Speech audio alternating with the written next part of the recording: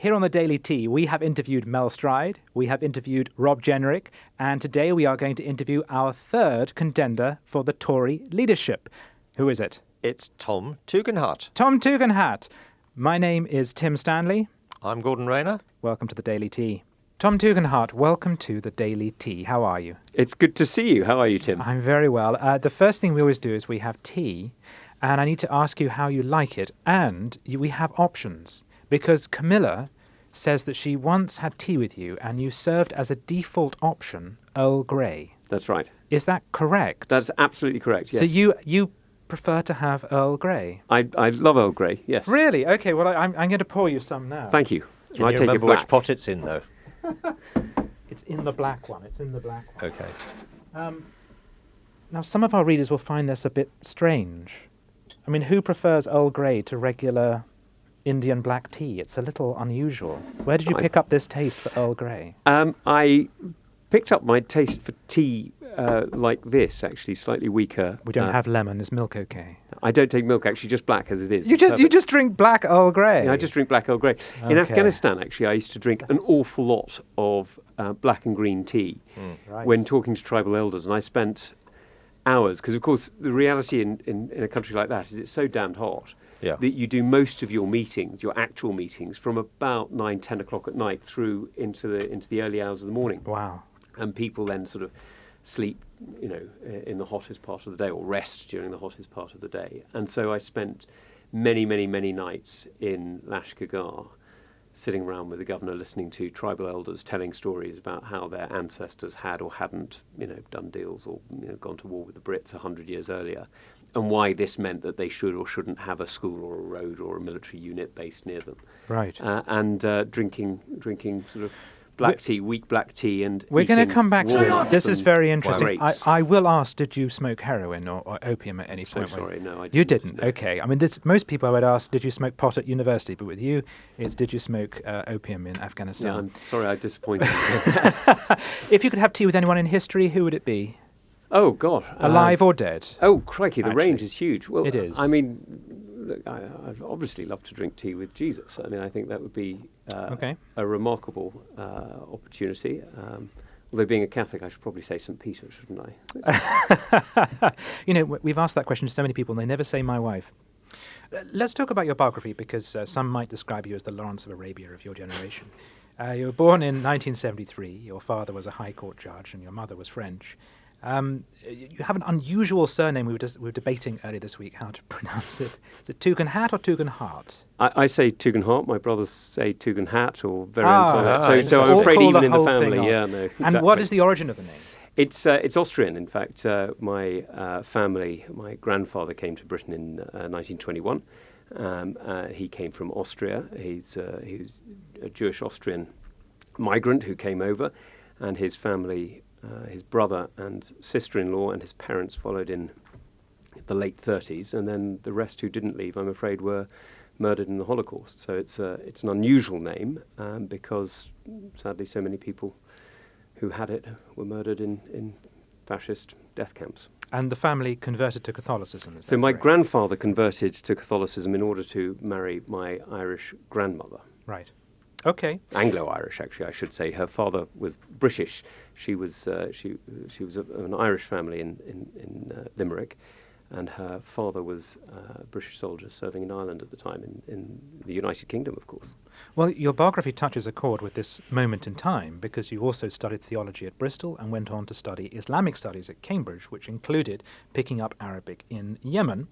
And in 2003, you started working with the army as an Arabic-speaking intelligence officer in Iraq and then in Afghanistan.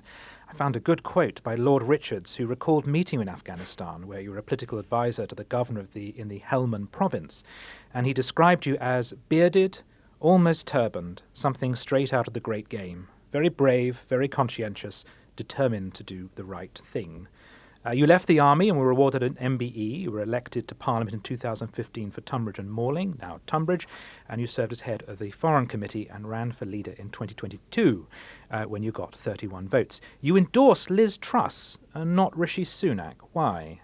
Well, Liz was clear that she had the message focused on growth. It's perfectly clear she was unable to deliver it, but she was very clear on China, and she was very clear on growth. I'm afraid she demonstrably failed to deliver on either.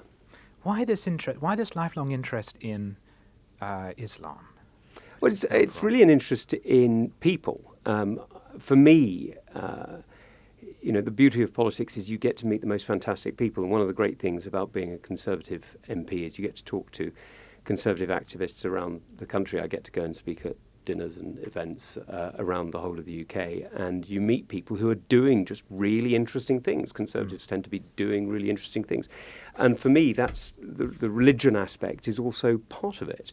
And it's really very, I think it's connected. You want to be surrounded by interesting people and get to understand interesting people. And for me, studying religion was about understanding what makes people tick. I mean, it also takes you away from Britain and British culture to a very different kind of place, to immerse yourself in a completely different culture. That's so fascinating. And during the war on terror, at a time of war and conflict, that must have left a profound impression on you. Of course it did, but it also makes you value very much more what's at home. I mean, it's really one of the things that, I can very safely say, I know why Britain matters. I have seen what state failure means. I've seen it in Iraq and I've seen it in Afghanistan. I've seen what real division and hatred can lead to. I've seen what bad governance and poor decisions can end up with. And, we need to be very clear that we're a well-governed and prosperous country, and we need to maintain that security and that prosperity for our sake. And for the sake of all our fellow citizens, because this is an extraordinary country, and it's one of the reasons I'm proud to serve it, and one of the reasons I want to lead the Conservative Party is because this is a fantastic country. And when you look at the opportunity before us, I can see some huge opportunities for us that we're just not taking. And it's incredibly frustrating to see the sort of, if you like, the pennies left on the floor, which we could be picking up and making this country that much better. In fact, they're not pennies, they're £50 notes left on the floor that we're not picking up, that we're not making this country stronger and safer and better, and we could do it. Tom, if you had been Prime Minister, how would you have dealt with the riots from day one? Well, look, I think the lesson is from 2011. Look at what David Cameron did there. He was extremely clear right from the first moment that we needed to be tough and stop it. You simply cannot allow these things to continue. And that's why when I saw the protests emerging out of the Gaza protests emerging since October, I was extremely clear with the police, as were other ministers and other members of the government, that what we need to do is we need to make sure we are stopping them instantly, because this isn't just about the events. It's not just about public order. It's about the radicalisation and the toleration, if you like, of disorder that inspires others to behave like that. And, of course people have the right to protest. Of course people have the right to make their voices heard. But what we're not seeing here is protest. What we're seeing is criminality. We're seeing looting and rioting, and that's completely unacceptable. And I'm afraid I think Labour were extremely slow. I think Sir Keir Starmer was extremely slow. I think the first Cobra meeting he held was only yesterday. Before then it would seem to be group calls on sort of, WhatsApp groups or whatever between various ministers. That's not the way you run a government. Yeah. Did they miss a trick by being too slow to respond to all this misinformation that was being put out on social media? I mean, they clearly would have been monitoring that. They would have seen it very quickly in real time. It felt to me as though they just didn't really get out there and get the truth out. Well, look, I think the misinformation point you make is real. And sadly, it has also encouraged our enemies to see this as an opportunity where we can be divided, where we can be toyed with, if you like. And that's why we need to be really tough on it, because this isn't just about, the violence that we've seen on the streets, as bad as it is. It's about making sure we don't encourage our enemies to see these areas as opportunities to exploit. We need to make sure we do not allow people to find useful idiots in our own social media world, as it were, to share and promote these ridiculous stories, because all it does is lead to further division and further unrest, and that's completely unacceptable. So was Elon wrong to allow people like Tommy Robinson back onto X? Look, the policies of various different social media sites are ones that they frankly have to live up to their they have to recognise their own responsibility. I mean, I think that one of the things we've got to realise is the the way in which social media has changed in the last 10, 20 years is quite remarkable. You know, an organisation like yours, The Telegraph, if you publish something that's untrue, I know who the editor is, I know where you work, and I know who the journalist is, and you can be held to account. Effectively, these algorithms are publishing, they are making effectively decisions that prioritise eyeballs on space. And we need to be sure that, you know, that is in the interests of the British people. And at the moment, I think there is a real question to be asked. You know, if they weren't publishers, then you'd end up with sort of Craigslist, where you just have a sort of, you know, just a website. And as you know, the eyeballs don't follow the website. They follow the attraction and the attention and the... You as a lawmaker could change that by making those sites responsible for what they publish. Well, and you that's tempted to legislate along those well, lines. it's one of the areas actually that I was working on as security minister, which is that they do have responsibilities, certainly in terms of child protection. One of the things I worked with American, Australian and Canadian lawmakers on was on making sure that we were better able to protect children online, because various companies offer, if you like, the ability of individuals to not only spot but also groom and then exploit children online. And we need to be absolutely clear that it's completely unacceptable and that they have a responsibility. If you're making a profit from a business, you have a responsibility for the product that you're selling. Do you see Russia's hand in some of this? It's too early to tell, but certainly there are indications that various actors may have jumped on the disinformation, and certainly there's accusations around Channel 3, which appears to have been a Russian outfit, but it's too soon to be sure. See, what's interesting about this conversation is with some on the right, if I'd said, let's talk about the rioting, they'd have led on, well, we obviously have a problem with immigration. But you talking talking with you about this, let's talk about the rioting, you go in on the law and order. I'm not saying which one is right or wrong. But do you see the other half of this debate? Of course. Of course I do. So do you recognise that immigration has played a role in creating social tensions? So Tim, I think there are two stages to this, right? The first stage is it is the job, the responsibility of the police and the government to restore order on our streets. The King's peace must be kept. Mm-hmm. Full stop. There is no ifs, no buts. It's not about politics. It's not about which side of a election you might have been on or which side of a division you may sit. The King's peace must be kept. Our streets must be peaceful. It is simply unacceptable to have violence on our streets. The second question is a longer-term question, and we need to be clear that there are reasons. These are not excuses, but there are reasons that mean that riots happen in certain areas, not in other areas.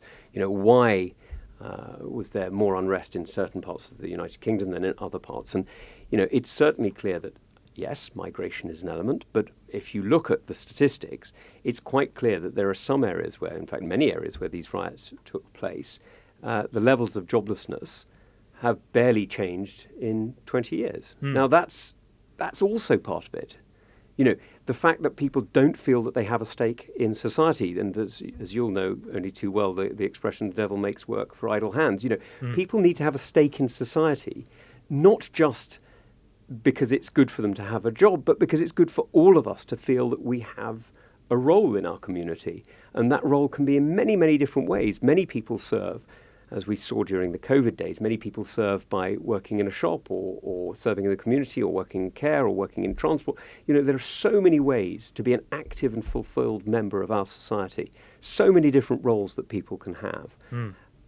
To see this level of joblessness tolerated almost is completely unacceptable. It's unacceptable because it leaves members of our community behind. It makes people feel abandoned, not just by the state, but actually by their friends and neighbours as well. It allows people to feel devalued. And sadly, it can lead to people feeling resentful of others, whether with or without reason. I think that's a very clever pivot. But some people listening to it will be thinking, hang on, you've gone from immigration to talking about economics. And some people feel disenfranchised because they can't compete with jobs, because they can't get an appointment with a doctor, or because there are communities of people who they feel have not integrated, or because there are groups of people who they feel are more responsible for terrorism or for crime. What are you going to do about that? Well, look, the fundamental question about migration is a real one. You simply cannot have levels of migration, the levels that we've seen for the last few years, and have integration. You just can't do it. And the challenge is, how on earth do you manage this in a way that is good for Britain and good for the British people?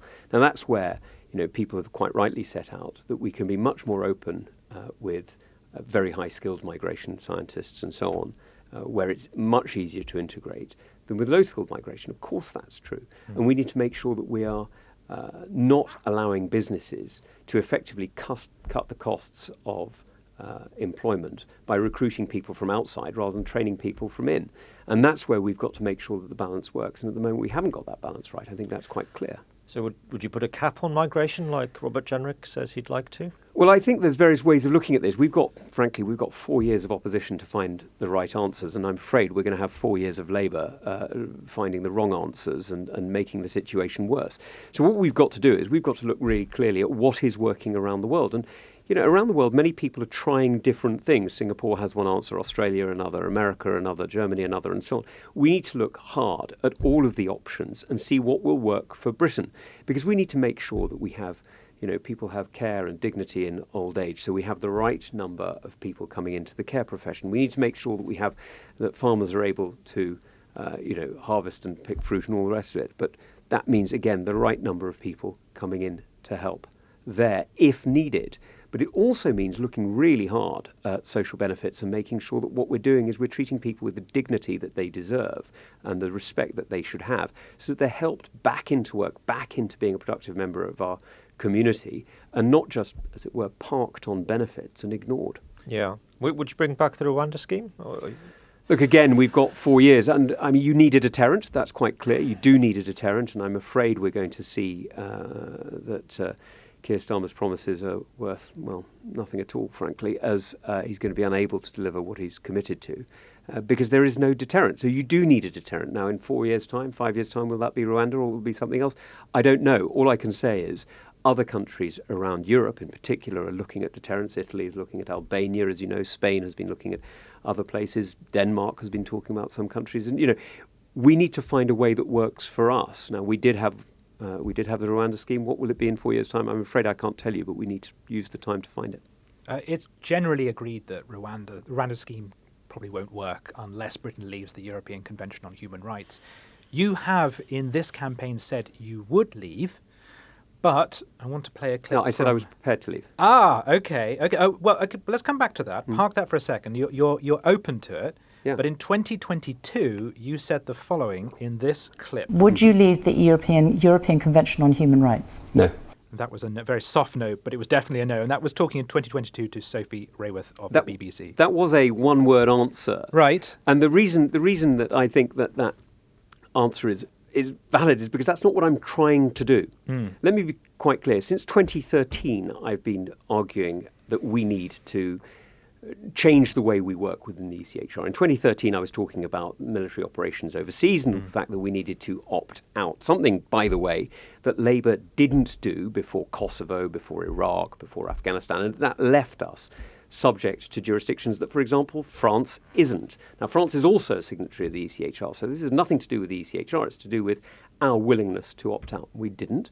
And so we're subject to judgments that France isn't. Now, there are other areas we can derogate from, as the word goes, we can opt out of certain conventions. Now, will they be enough? Well, we need to look at that. Again, we've got 4 years. We need to look hard at what we can opt out of. And if we can't opt out, if it doesn't work, what can we reform? What are the areas that we can actually change? You just need to look around the European Union today and around the other ECHR signatories to see we are not alone in facing these challenges. We are not alone in facing the reality that the ECHR was signed 80 years ago at a time when migrant pressures were very, very different to what they are today. This was a post-war world where people didn't move very far, where global aviation was a tiny industry.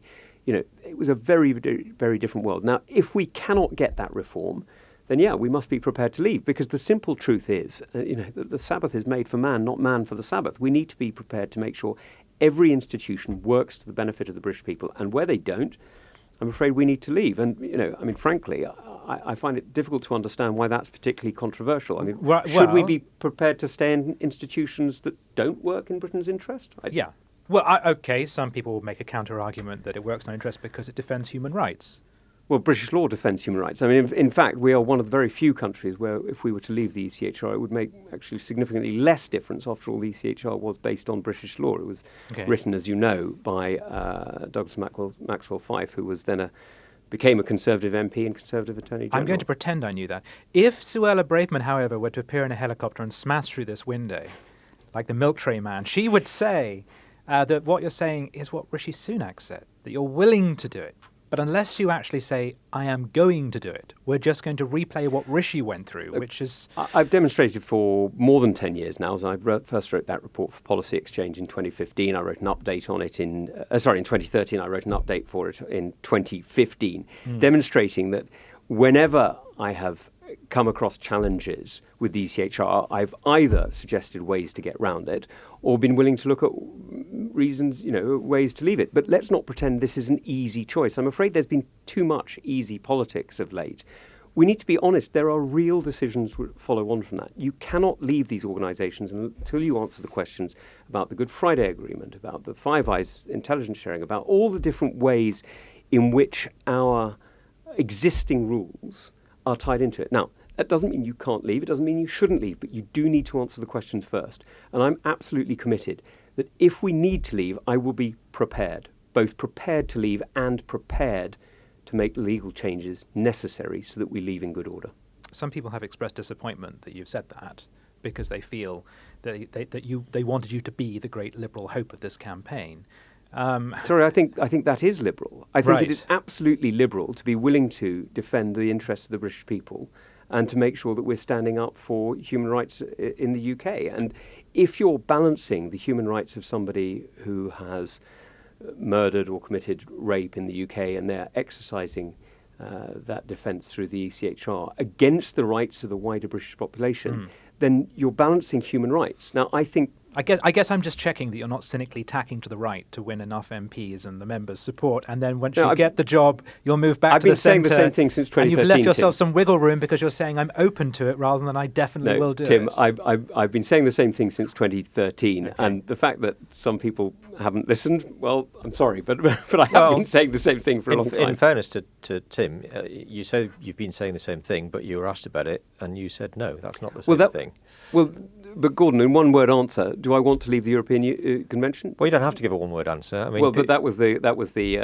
Politicians very rarely do, and and when they do, it's because they mean it. Anyway, Gordon, I tend to answer questions. Well, is it, just to pick up on what Tim was saying there, is it easier or more possible for someone from the centre of the party to unite the party by moving towards the right, or is it possible or easier for somebody from the right of the party to move to the centre to unite the party? Gordon, look, I know you love these sort of left-right games. The reality is, I'm a Conservative.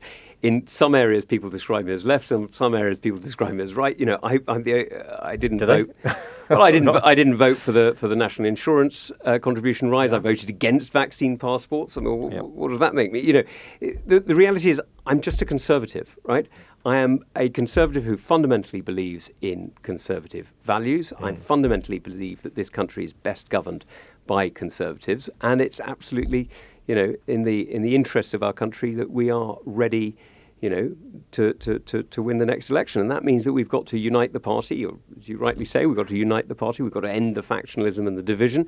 We've got to be ready to deliver, and it means reforming the Conservative Party and being ready with new ideas and policies that actually apply sadly in 4 years' time, not today, and then we'll be in a position to win the next election. You're sometimes described as a one-nation Tory. What does that mean in practice? Well, for me, it means uniting the whole party and uniting the country. I mean, it comes straight out of the Disraeli tradition. It's not left or right. It's about bringing all parts of the country together. And I'm pretty sure that most of us in the Conservative Party in the one nation tradition. In fact, I can't think of people who aren't. I mean, they may not describe themselves as that, but it's the one nation tradition is the tradition of unity amongst Conservatives and unity across the country. And picking up on that, we are now a multicultural country.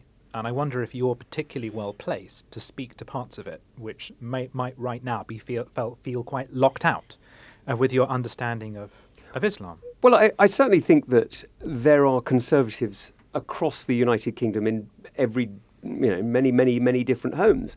And the idea that you're a Labour voter or a Lib Dem voter or a Green voter or whatever because of your heritage, I don't buy that. Yeah. I mean, many of the most conservative traditions are exemplified by people who've arrived in the last sort of 50, 100 years. Because people who have made their lives here very often appreciate what it is that makes Britain special, what it is that makes us great. Having served around the world, having served in countries that have failed, I can tell you this is a remarkable country. This is an absolutely exceptional place. But it's going through some difficult times. And, Sure. and people who are anxious about Islam, have they just got the religion wrong?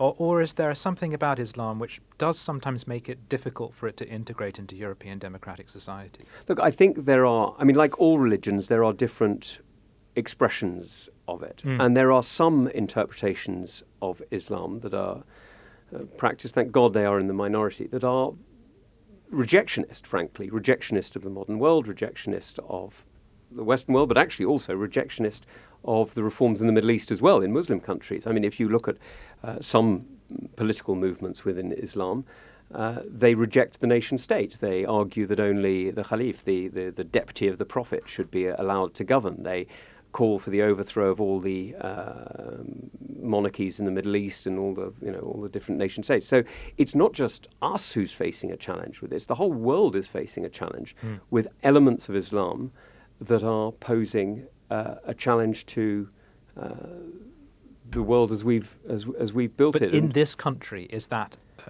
something to be concerned about, or, as I say, it's something to be addressed? Look, I mean, it's something to be clearly addressed, and this is something we should be doing together with our partners in, the United Arab Emirates, in Jordan, and standing with them.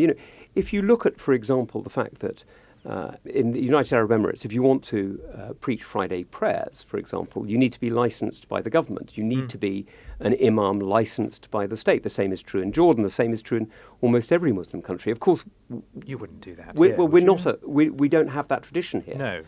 And so how do we address these challenges, given that we don't have the same tradition? Because Islam doesn't have churches the same as we do. The Christianity operates in a different way. Now, we've managed to make that work with Judaism in different ways by working through different synagogues and different faith groups, and we've managed to make it work in many other faith groups. And by the way, we've managed to make it work, by and large, with most Islamic groups as well. It is a small minority, but sadly a vocal and contentious small minority that we need to deal with. Do you have a favourite mosque in the world or in Britain? There's some really beautiful mosques that I've been to, but Is there one that particularly? You'll like this. My actual favourite mosque is the Great Mosque in Damascus, which of course was built as a church, and it's remarkable. It's just an extraordinary building. Moving on from that, Tom, there's a question that you will have no doubt expected. Do you agree with Mel Stride that there's no place at the table for Nigel Farage? Yeah, look, I mean, he's made his own views extremely clear. I don't think he's not only do I not think he's a conservative in that sense. He's trying to destroy the Conservative Party. The way that this leadership contest is being run, same as others, you have MPs narrowing it down to a final two, and then the membership decides between the final two. If you get to the final two, will the membership not just choose the right-wing candidate who probably will be up against you? The members will choose the best person to lead the Conservative Party and the best person to win us the election in 4 years' time. And I've always had great faith in democracy that people will get the right answer, and they'll get the right answer because what they'll be looking for is what best champions their values. And, I've met Conservative members across the United Kingdom over the last 10 years who are entirely focused on delivery. I mean, you just need to go to any Conservative function and you'll meet the person there who organised the Village Fete and somebody else who organised the Scout Group and somebody else who organised, the fun run or whatever. They're the people who do things, right? And they're people who deliver. And so I'm sure what they'll be focused on is somebody who can unite the party, who can actually bring people together, who can end the factionalism, somebody who can actually deliver and who's got a record of delivery, and somebody who can actually prepare us to win. And, I've demonstrated time and time again that I can do all three. I can build teams that do that actually unite people from many different communities, as you rightly say, Tim, in Afghanistan, serving alongside Afghan soldiers as well as Brits. It's not quite as tricky as uniting some of the conservative tribes. It feels like occasionally, but I'm sure the Chief Whip would have different views. But I've demonstrated I can unite. I've demonstrated I can deliver on operations. I've demonstrated I can deliver in Parliament. Standing up in the Foreign Affairs Committee against authoritarian dictators. Got me sanctioned by China and Russia and Iran. And I've demonstrated as well that I can deliver in government. We got through the National Security Act. That wasn't easy. Hugely contentious piece of legislation. The normal voices in the House of Lords were quite tricky, and as you can imagine, the government was pressed for time, so they were not always quite as committed to it as I was, but we got it through, and it means that in my 2 years as security minister, we arrested and charged more Russian and Chinese spies than a decade before. Okay, we're almost out of time, but if you've listened to this podcast before, you'll know that we like to do some quick-fire questions at the end, so we're going to get straight down to those. What was the last novel that you read? Actually, I read a book by Harriet Evans, who's a very old friend of mine, in which I very often appear as one of the characters. I can't remember the name of the book, I'm afraid. But is it pornographic? No, it's they're or really, horror or murder. No, it's sort of summer reading. They're very good. They're great novels. Great novels. What's your favourite film? Oh, I have a range of favourite films, including sort of Shawshank Redemption, Apocalypse Now. I have a sort of a range depending on mood. Not Lawrence of Arabia. No, Do you know this? Do you have a favourite flavour of crisp? Yeah, salt and vinegar. Oh, you're not the first to say that. Tell us something about yourself that people wouldn't know. Well, I'm not very good at juggling. I think it's probably that. I once changed a nappy while doing an interview on Radio 4's Today programme. Nice. There you go. And nobody noticed. Could I just say, nobody noticed. My daughter was silent throughout. Who was the interviewer? I think it was Nick Robinson. I might be wrong about that. I can't remember. Okay. Do you prefer Disraeli or Thatcher? Oh, they're very different people. So Disraeli was an amazing communicator and Thatcher was a remarkable revolutionary leader. I mean, one of the things that we forget about Thatcher is she was one of the greatest reformers that this country has seen. She both believed in the state, the power of the state, and she re-established it, whether that's in the Falklands or putting down unrest in the UK. But she also believed in the power of the state to redistribute wealth. When you look at what she did with the sale of the council houses and the sale of the nationalised industries, she effectively redistributed wealth, but unlike the Labour Party, by doing it by taking control. She did it by giving control back to people. A really conservative revolutionary. She's inspiring. Would you prefer a pint with Boris or a Pinot Noir with Liz Truss? I'll take a pint with Boris. He's always good fun. Who is your closest friend in politics? Oh, I have many good friends in politics. Is there a surprising one? A crossbench one, perhaps? Well, Dan Jarvis, is a very good friend. I mean, we served together in Afghanistan in, I think it was 06, might have been 07, something like that. He's a great friend and has been for many years. Al Khan's is also a great friend. We've known each other for a very long time. But look at the other people who are running are all friends. I mean, Kemi, when she was pregnant with her third child, I think it was, would kip on my sofa. I had a sofa, she only had an armchair, and we had neighbouring rooms, so she's been a very, very good friend for many years. James Cleverley is a really, really good mate. He's great fun. By the way, a pint with James is always good fun. Rob's been a friend for a decade. I mean, these people are friends of mine. This doesn't make for very good stories. Yeah, I'm sorry. You're all friends together. Come on, dear me. Sorry, right, Gordon. Okay. I'm not here to sell you newspapers. Well, he's either the nicest man in politics or the best liar. Well, it's one of the two. Well, these are nice people. All right. What was the last song you listened to on your phone? Now this, my daughter made me listen to it only yesterday. Do you know Alabama, Arkansas? I don't. Do you, Tim? No. Alabama, Arkansas. I do love my ma and pa. Okay. Who's it by? I can't remember, but my daughter absolutely loves it. She's 7 and she doesn't like getting in the car without it playing. So It's kind not of Taylor on loop. Swift, because if she's 7, it's probably going to be Taylor No, Swift. it isn't Taylor Swift. Yeah. No, it's a different. It's definitely somebody else, but I can't remember who it's by. Okay, well, we'll fact check. Tom Maybe, Tugendhat. come back. Thank you very much. Thanks, Tom. It's good to see you both. Gordon, what did you make of Tom? Well, he's a very interesting character, isn't he? He's got a really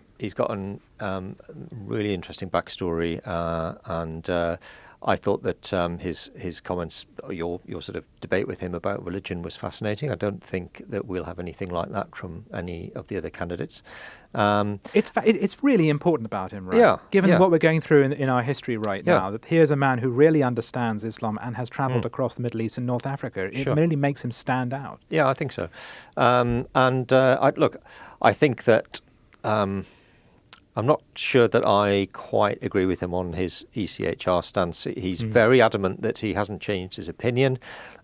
He's very adamant that when you say no to something, it doesn't mean no. It just means that you didn't have long to say what you really felt. I'm not sure that's true. It's actually the other way around normally, isn't it? Yeah. That the simple yes or no is the more definitive answer. Yeah. The very long, wordy one is the one which you usually give if you're trying to dodge it. Well, when was the last time you heard a politician, being asked, give me a yes or no answer, and they gave a yes or no answer? I admire the clarity of Tom Tugendhat 2022. Yeah. If only we had more of that from our politicians. Yeah. So, people will make of that what they will. But what do you think of his chances, having spoken to him? Well, I know I know none of them want to answer this question about do you need a centrist coming to the right or somebody from the right coming to the centre. But I do think that is the sort of question that will be at the forefront of certainly Tory members' minds when they have to decide. They'll be thinking, do we want somebody who is a lifelong right winger, but who can maybe put their arms around people from the left of the party, or do we need a centrist who will appeal perhaps more to the general public, but who can bring along the people from the right? And so, I think that perhaps he could have been a bit clearer on that, but I suspect that all of the candidates will try and dodge that. I suspect it's a question more of tone and style than policy. There are things on which Tom is surprisingly right-wing, like the national insurance vote, like some of the COVID restrictions.